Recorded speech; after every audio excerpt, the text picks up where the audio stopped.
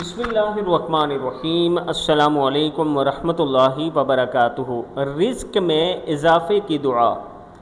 رزق میں اضافے کے لیے یہ بہت ہی بہترین عمل ہے۔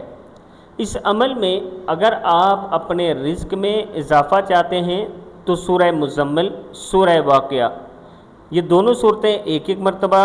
تیسرا وظیفہ یہ ہے کہ سورہ فاتحہ اور سورہ اخلاص، سورہ فلق اور سورہ ناس، آیت الکرسی، درود شریف، استغفر اللہ العظیم، یا وہاب، یا رزاق، یا کریم، یا غنی، یا مغنی، یا فتاح، یا واسع، یا رحمان، یا رحیم۔ صورتیں آپ نے یہ چھوٹی صورتیں 3 مرتبہ اور بڑی صورتیں ایک ایک مرتبہ پڑھنی ہیں، اور پھر یہ جو نیچے نام ہے اللہ کے، استغفار کی دعا ہے، یہ آپ نے 3 مرتبہ یا 7 مرتبہ پڑھ لینے ہیں۔ اگر ٹائم ہو تو 7 مرتبہ کر لیں، اگر ٹائم کم ہو تو آپ 3 مرتبہ پڑھ لیں، اللہ پاک کا کرم ہوگا۔